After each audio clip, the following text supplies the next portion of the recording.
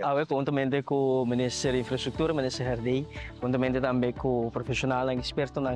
de DOA, nós estamos dando anúncio na projeto sumamente bonito e importante também para seguir fortificar o produto turístico. A última fase, nós vamos executar pronto, nós vamos ver o processo de ambastading e agora nós vamos junto para nós por mira diferentes paisagens, mira trabalho com o guardo assim e também mira necessidade de trabalho aqui para fortificar o qual que é parte de nosso produto turístico, algo que distingue Aruba fora de outra destinação, tem infraestrutura moderna, tem infraestrutura agradável, que cria ordem também. Sobre a última fase aqui de investimento,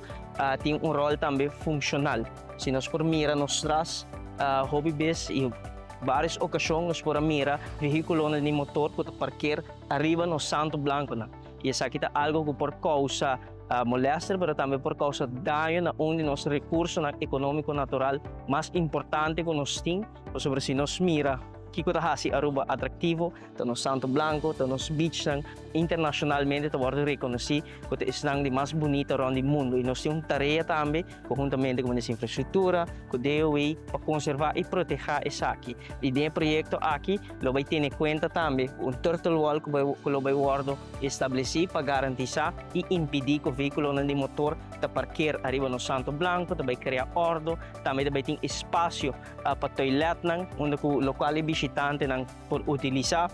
vai criar espaço também para parqueio e também MBC de estética de última fase de Eagle Beach, uma inversão de aproximadamente 5 milhões de euros assim, uma inversão de fortificar Aruba, de fortificar nosso produto turístico e conjuntamente com o Ministério da Infraestrutura, nós estamos contentos para anunciar isso aqui. Nossa infraestrutura natural de beach, de mondina, tá enriquece. Também motivo para que o turista também Aruba e isso é para nossa economia. Que nós temos cuidar e melhorar. O que o ministro Cecília trabalha aqui com nós sustém, com mil amor nós fazemos, com nosso experto na DOE, com já pinta mapa, já desenhar, já ter conta o que tem que suceder aqui para parqueio, para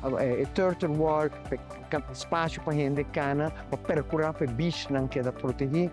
Tudo isso é parte de nosso esforço para percorrer para a infraestrutura econômica aqui serve nós em termos do país. Pero no mesmo momento, nós temos que procurar a manutenção de gente.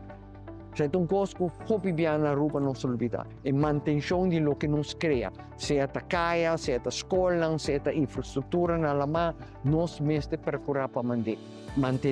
E parte da manutenção também é a limpeza.